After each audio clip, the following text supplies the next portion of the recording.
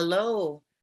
Today, we are talking past lives. Do you know how many past lives you have? We're going to unlock the history with psychic Danny Dalton. Welcome, Danny. Good morning. How are you? Good, thank you. Good morning, Danny. So happy you're here with us today. Yeah, well, we got a very interesting subject here today. I don't think most of us don't really know much about past lives, what they are, why do we even have them? So with the gifts that were given to me in the last few years, I work with people to assist them in healing these past lives that we have issues with. So I can actually test into them to see how many past lives they've had. On average, maybe the average person has had 1,500, 2,000 past lives. So the more lives you have, the more you learn, the more soul growth you have. That would be considered an old soul, somebody who's had that many lives. So I've had 12,500. Oh, are you not done yet? So I'm old. And so what people really don't talk about, okay, that's lives here. What about your lives on other planets? We've had lives on other planets.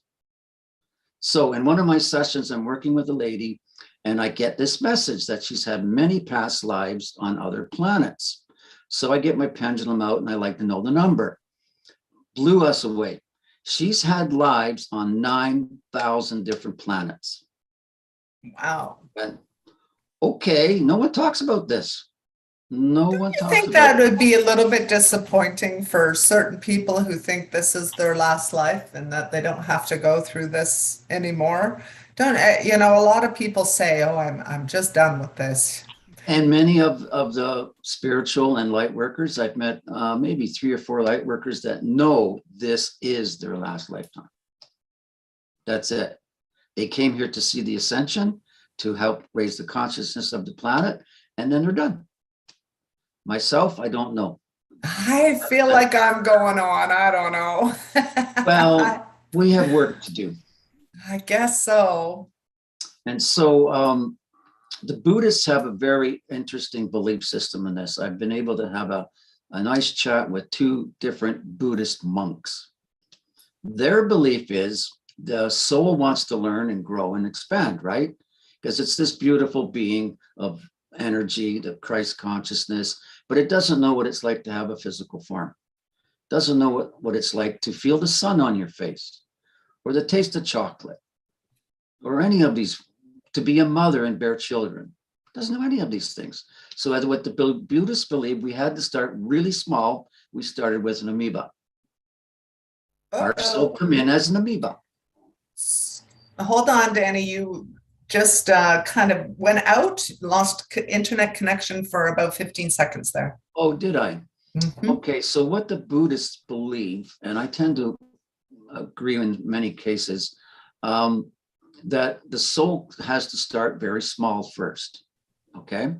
So it starts as an amoeba, single cell. It does that a few times, and it goes to a multiple cell. Then it can be a bug, then it can be a minnow, then it can be a bird, and it works its way up to the mammals. And the last lifetimes before they become human, they become pets. Dogs, cats, horses. Then they're ready to be a human. And they said that's 80,000 lifetimes. Oh. Before the soul is ready to be a human. And this is what the Buddhists say? I should read into that a little bit. Very interesting. So we're growing and expanding and we're experiencing all these different levels just to become a human, which is the top of the ladder, obviously, right? The highest consciousness. So that's a very interesting belief. And I tend to think there's some truth to that you have to start small and work your way up. A fish, a plant. Oh, a plant is in there also. We have to be plants. Trees, and then we work up to the mammals. That's the highest one, right? So, and then when they're ready, when the soul's ready, okay, then you're ready to be born as a human. So you have your first life as a human. And so do we learn everything in one lifetime? No. We need multiple lifetimes, reincarnation. And what's the purpose, Danny? In the end of all of this, what's the purpose of all of these lifetimes in your mind? Soul growth. To come to what graduation? Okay, so what if we're here to learn, we had this discussion with light and dark, right? To get to the point where we don't judge anything, good, bad, it's all equal. If you're not equal, maybe that's not the right word. To be to the point where we understand the dynamics of life and the way it goes, and not take anything personal, right? Which we talked about, and to elevate yourself above judgment. So it's about the scales in some sense. You want your scales to be very equal, balanced scales. Yeah, and to be in our evolution spiritually, right? To open up our hearts, to open up our minds, to be that connection to spirit, right? And this is what we learn. Because as a material being, we learn, oh, we got to eat, sleep, we got to feed ourselves, we got to do all these basic things. But we also need to rise above the 3D to the spiritual side of things, our connection to spirit, that we are all connected as souls. This is our true lesson here. Not about having babies and having a marriage and having a house, and that's just the basics. That's not why we're here. And so we have to learn that. And so if you don't learn it in some lifetimes, well, you're going to do it again till you learn. So imagine the light worker, how evolved their soul is. Imagine. To be a light worker, imagine how evolved you had to be. Very highly evolved, above the normal person, because we've had so many lifetimes and we've really learned our lessons, right? And since I've become spiritual, I think one of the greatest gifts is the amount of peace I have. Tremendous peace and grounding, where things don't bother me, because you look at them in a different way. Oh, that's just silliness, you know, so what? Someone hit your car today. Yeah, laugh about it, move on. Everything is empty and meaningless. If you walk around in a world where you feel like everything is empty and meaningless, if you don't put meaning on it, then you don't put judgment on it. If it's empty, you can fill it up. There's a way of sort of navigating through life to allow you to be at peace with it. But I'm going to tell you, what is it when, and just to kind of shift gears a little bit here, when you have a past life and then you're coming into this life and you have these same sort of concurring problems or issues or what have you, what is it that we need to do to sort of clear whatever our past life is bringing forward? Don't live your past into your future. I've said that a lot. Maybe this has different meaning very, very today. difficult. Very, very difficult. So how do we do that? You take someone with, okay, there is a modality out there called Rohan, R-O-H-A-N. There's only 7 practitioners in all of Canada.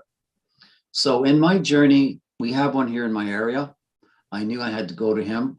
So their modality is you lay down and they hypnotize you. And the practitioner has to be very gifted psychically. He sees the past life that's a problem. I saw the past life's a problem. And together we resolved it and it was done and it was gone. One session. So that actually takes us to our next topic. Heather and I are going to have a session, and then we're going to have a conversation about what the session is and was and our experiences about it. And then you can decide if this is something that would be good for you. I've had some great past life regressions that have actually cleared up a lot of understanding of what it is. It is a clearing. When you look back in your past lives, and I've seen many, I've had quite a few past life regressions, really interesting ones. Pardon? It can be, but energetically, that issue is stuck with you lifetime after, etherically and energetically. That's why psychologist doesn't really work.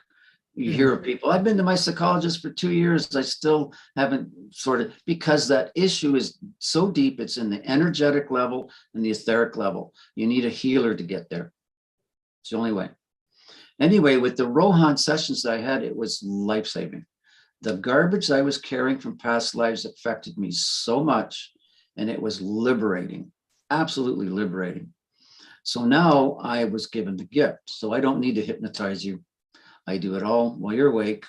It's done in 45 minutes to an hour, where we see the past life problem that's being carried into this lifetime, and we resolve it and heal it right then and there. Bang, it's gone. So I did one last, this will be a little example. I just did one yesterday. So a friend calls me, her little granddaughter, 2-year-old, is having night scares, like terror, waking up in the night with these really bad, horrific dreams. And so I tapped into the energy of this little 2-year-old. Okay, past life. I knew it right away, past life. She was murdered in a past life along with her children. So it was around in the 1500s. There were some soldiers that came into them, and they were very vicious. They killed her children in front of her. They wanted her to witness the death of their children, and then they raped and killed her. So traumatic, it's brought into this little 2-year-old that has these incredibly bad nightmares every night because of the pain from that past life. So even though I'm not speaking to the child, I don't need to. I have permission to do it. I go in, I heal the past life, I heal the current life, and it's done and it's over with. So I'm going to speak to the grandmother this week and see how is she sleeping. So this is how a past life can affect you in a present life, because it's so traumatic, it scars the soul. It's that bad. It hits you on a spiritual level, an energetic level, and an etheric level. And it takes a healer to do that. So do you believe that if somebody has a birthmark in a certain area and they bring it into this life, that's a lot to do with the trauma that they've experienced in their past life? I don't know if you can see that birthmark. Yes. That's a bullet wound I got in the early 1800s. I was shot through the neck. That's a bullet hole. So I was born with a birthmark right between my eyes, a crescent moon right between my eyes. Does that mean I was shot right between my eyes? Could have been branded. Could have been burned. Branded. Yeah. So if you were a very spiritual being, especially us psychics and mediums and light workers, we've had very spiritual lives where we were psychics, we were white witches, and we did good work. And the church doesn't like us, so they killed us. They hung us, they burned us at the stake. They did all these things. All of us have been through that. If you're a light worker, you've died for your faith. For your cause. Yeah. Yeah, I think that comes with the territory in some way, actually. It feels does. like that to me. You know, it always has. I've always had that kind of in the back of my mind, but I also have great faith about it. Heather, do you have any experiences of your past life? I feel like I'm in the Brady Bunch as I'm sitting here watching you guys. Like I'm looking at the Brady Bunch screen and I'm like, hey, let's talk to you. Yeah, actually, I do. And the first time that I was in physical form was back in 3 BC. And I was in Egypt. And it was just fascinating. All of a sudden, I'm brought to being carried on like one of those 4-poster beds, and 4 men were carrying me that were in Egyptian style clothing. And I was wealthy. I knew it. Wow. So I was able to look down at my body, and I was, oh boy, I was nice and slim. I had jet black hair, and the clothing was just amazing, down to my feet that were jeweled. Wow. Yes. That's because you were rich. Yeah. Oh yeah. Oh, I was very happy. But I guess. But the feeling that I had was these men that were carrying me, they loved me. I mean, they loved me in a way that was with high respect. And Gotcha. and I was the leader of this community. and the community Mm. was happening. There was a lot going on. There was construction. And as we're going through the city, that Mhm. I could feel the love from the surrounding people as they're happy to see me and they're happy living a happy life. So Right. I get into my, I don't know what you would call it, but I don't know, mansion, whatever. Yeah. And I just see just the flow of beautiful um, materials and that were see-through Yeah. around my bedroom type of thing. And there was water flowing and in the corner at a desk type of thing standing. And I knew it was my husband that I have now, but he looked different and he was dressed differently, of course, but he Yeah. was going through scrolls and he was the architect of the city. And Wow. we had such a deep, passionate love and respect and admiration for each other. It was just something that was felt and known. And I can Mm, keep going on with this story, but what I did eventually get out of it was mm, a situation that I had in this lifetime, where it was a large group of people that I wanted to protect them from ugly negativity of these men attacking um, the whole group that we had. mhm. And I removed myself from it because I felt that they would be protected. And that's what I learned, that from my first time in physical form to where I'm Mhm. at now, it's I should have had more faith in the people because the people were strong instead of People me. are strong in this lifetime too. That's right. Yes. It's very Exactly. funny. I had the exact opposite of that. I actually had a past life where my house was dug out of a hole in Ireland. It was a mole and it was grassy and green, So did I. and they had dug out this hole like I was some Yeah. sort of hobbit. And I had like the bedroom over here and the cooking area over here, and I Mhm. had chickens and horses, and I had long hair, and I had two kids, two little blonde kids, and my husband would go off to war. It was right on the cliffs of Ireland, and I always feel like I have to go back there. There's definitely a calling to that. Well, that's another thing. With past lives, we have memories. So someone can go to a new country they've never been to, like Greece, say, and say, I've been here before. I recognize this beach. Why? Because they lived there before in a past life. That's deja vu. That was the topic that Heather wanted to talk about. See how you do that? See Yeah. how you do Yeah. Yeah. that? Wow. Yeah. And many of us have had these experiences. I know I've been here before. This looks so familiar because we've been there before in another past life. It almost feels like a time slip. Like you just all of a sudden come into a whole new dimension and it changes, like the whole sort of atmosphere Imagine. changes. It's weird.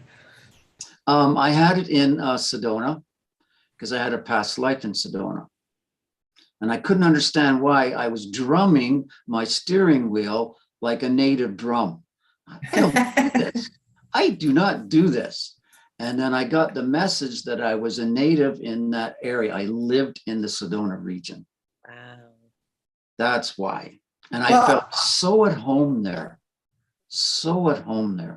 that brings me to the topic of how do we find proof of our past lives? I think that just validates so much when you can actually go back and Mhm. resonate with some history or be able to find some sort of documentation and be able to prove your past life. There's this university who actually goes around and interviews these kids all the Yeah. time, and they can prove it. The 7-year-old boy caught his murderer. Yeah. He knew where his body was and he knew where the murder weapon was. And he Those was are, 7 years old. I've seen some of those videos, and those are Mhm. recent past lives, like only 50, 60, 70 years ago. But what about 500 years ago? That's Well, really hard to track down. but it's more reasonable to find, our recent Recent past ones. life. Yeah. But that should validate when you have Yeah, another, that is when you, real. right, that is real. That is Validate that it's real. real, and that when you actually go back into your cell memory, you're able to bring up certain lives. I was an 11-foot tall Black woman, 11 feet tall with beautiful lace sandals Wow. in one life. And everybody was like 11, Wow. 12 feet tall. We were in many Yeah. times. Hi, Terry. Nice to see you. There's a video out that's really interesting if you want to learn this. Believe it or not, it's done by the man from Monty Python. I've I have seen to it. think, have you seen it? Yeah. They're on stage Yeah. and they have It's all good. these experts. Very Mhm. well done. It'd be Mhm. very interesting to see it. Cleese, John Cleese. Yeah. Boy, what an interesting video. That really was. And they do come at it from a scientific point of view. And I Yeah, think that's really what we need here when we're proof. kind of talking about this. And, Mm, I've said this to people at the moment of death, no matter how big or small, how young or old you are, 21 grams is released that they can't account for. The scientists cannot account for 21 yeah, grams exactly for each and every yeah, person. So yeah. if Your soul leaving. and there's the soul leaving and it has mass. Exactly. Where's the soul going? Exactly. And it wants to come. What was interesting in that one, I think that's the one I watched. They said on average it was 20 to 40 years before they came back and reincarnated. I've What heard that too. was Some the do it real average? quick. Sorry? Yeah, some do it real quick and then some wait a long time. Yeah, because in there they said the majority of cases they saw, it's at least 20 years. Sure, there's some it's been a year, but most of them it's 20 to 40 years before they come back, which I found interesting. Do you think if they commit suicide, they have to come right back in and do it again? Oh, that's an interesting subject. I've often thought that. I wouldn't be surprised. I know it's not a punishment. Some people think when you go on the other side, well, God is going to punish you because you destroyed the gift that he gave you. No, it's not like No, that. no. God never punishes us. God never does. We're our own worst judgment. This business in some religions that God is this very tyrannical man and he'll punish you at the everything that you do. It's not like that. We came here to learn lessons, so we're going to learn from our mistakes. That's what we come here to do. Yeah. We're not punished for them. Yeah. And Dana, you were mentioning about evidence.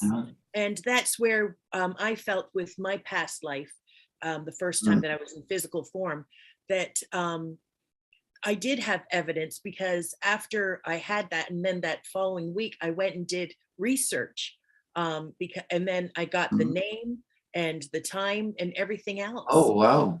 And what was going on. And I got quite a bit of the history. How did you get the confirmation? Where did you do your research? Isn't that interesting? I did Google, and but I was just guided from remembering, I had written out what I had felt, what I had seen, and what I had heard.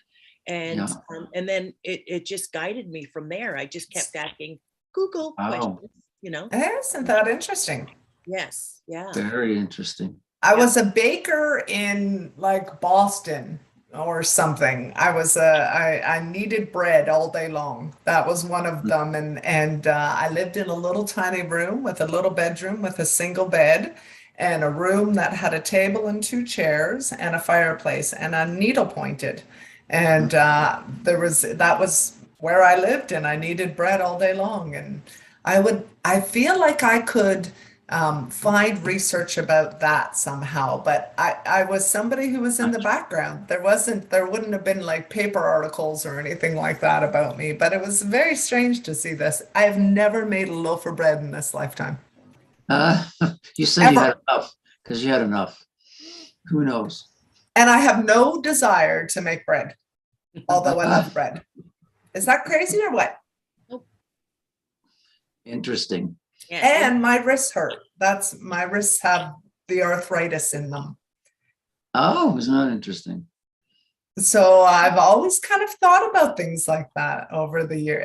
But I think I could go back and kind of try and confirm that if I could get to the records in Boston. I don't even know if it's Boston. It just feels like it's that kind of feel. Yep. So do you have any questions that we can throw out there? Hey, well, Terry Lee always has questions, but I don't know if she's still on. I find that if if the healing can release us from our past lives, how many times does that need to be? Does one sort of issue follow us through every life? Okay, so this is what they learn in Rohan, because Rohan's been around, I don't know, 40 years. On average, the average human has 12 to 15 lifetimes, past lives, that are affecting you in a negative way in this lifetime. Are they current or from way back when? Way back. But they're affecting you in this lifetime. 12 to 15 is the average. So when I have clients and said they release this trauma from a past life, and they would say to me, "Oh, I'm done." I said, "No, you're not. You got a lot more there. We all do. We all do. Imagine you've had hundreds of lifetimes. It's easy to have 12 that were really traumatic, really horrific, and you carry that into this lifetime because it's so horrific." And do you think that's where kids have their terrors from when they're dreaming and so on and so forth? Okay, quick story. I'll do it really fast. We might have talked about this before, but we weren't on air. This mother brings me her son. They don't know what to do with the son. He's around 12, 13. He has stomach issues. He's nervous. He's tight. He gets migraines. He's completely fearful of any kind of violence. Cannot stand it at all. He can't even watch the cartoon where they're doing stuff. Can't. And she's been to psychologists, she's been to doctors. No one can figure out what's wrong with the boy. And I get the vision. I see him as a soldier in the Roman times. He's 17 years old. He joined because it's the patriotic thing to do, to join the army, isn't it? Right. And so the Roman Empire was moving into a whole new region. They're expanding, right? And they said, "We want to make an example of this region. I want my soldiers to go into that first town and slaughter everyone and everything, to make an example so that the rest of the country will stand down." He's 17 years old. He has to go into a village and kill innocent women and children. Or he gets his hands cut off or your head cut off. And that trauma, can you imagine that trauma for a 17-year-old? Carried over into this lifetime. And so that young boy had so much anger and fear about violence of any kind. Someone couldn't even raise their voice without him cowling. Without him cowling. So I healed that past life, and then I brought the healing to the boy. And so I gave her my phone number and I said, "Please contact me." I never heard. She never called me back. So I guess we can assume that he was healed then. Yeah, once I saw it and I saw the reason behind it, no wonder he didn't like violence. No wonder his stomach is tight and nervous. Migraines. Couldn't handle playing with kids that played rough. Couldn't handle that. Is it true that people who can't wear scarves or things around their neck, I mean, that's a symbol of being hung in a past life or strangled, or, I mean, there's certain things that you can take into this life where you can say, like I was telling you, I had a crescent moon in between my eyebrows when I was born. It was a birthmark and it just went pew. I'll dig out a picture if I can show you, but it's there and it's bright blue. We can dig into that. Well, I think that might have had something to do with whatever it was. When I said that I was this 11-foot tall Black woman and everybody was really tall, we were healers. We would go around to different villages. Wow. And I remember doing some funky crazy dance with all of these people. And we were healing this little boy that had a really big belly. And the trees were great, big, huge. We were all white and we would walk through villages and we would go and heal people. It was quite amazing. Wow. But we were all really, really tall. And my toes were like this big. Like I had huge feet. We're giants in many eons. We were giants. Yeah. And actually, that brings me to, I am talking to a gentleman named Adrian from California, who has been going into the jungle and doing research on giants and giant graveyards, and he's writing a book about it, and he would love to come and talk to us about giant civilizations. So I've known him for about, I don't know, maybe a year or 2 years now, and so we're in talks. We're trying to arrange this. We have a meeting today. So imagine you have an allergy to something that could be from a past life. So what if you can't stand eggs? And in a past life, there was rotten eggs. You got them. You were so sick, you almost died. Carried into this lifetime. So when we think of allergies, we can also think of past lives. Not always, but a lot of the times it's a past life issue. And what about those that are afraid of water? Oh, I can't go swimming. They drowned in a previous lifetime. Very All these interesting. things, so many things can be attributed to a past life. So many things. So I knew that I didn't know this man personally. He was a friend of a friend. He's in his middle age, and he couldn't stand anything to touch his neck.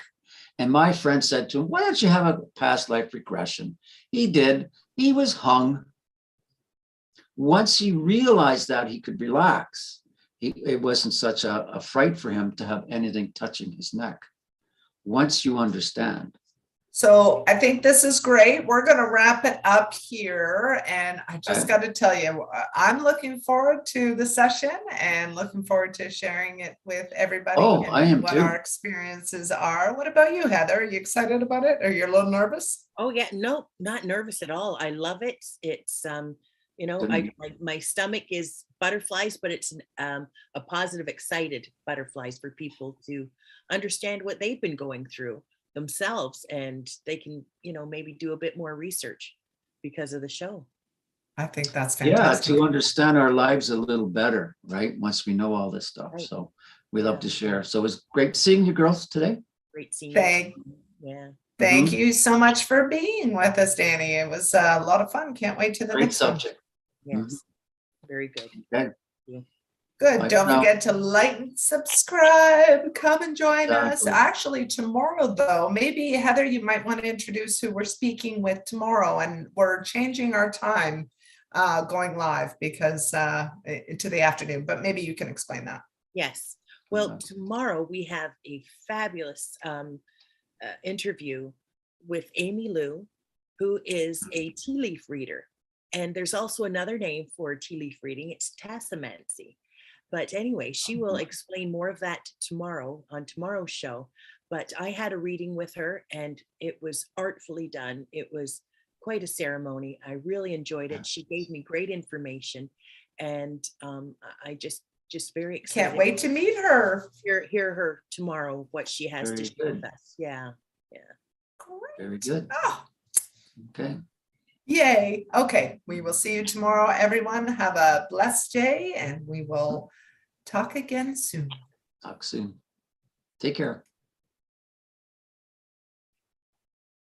Wow. Way to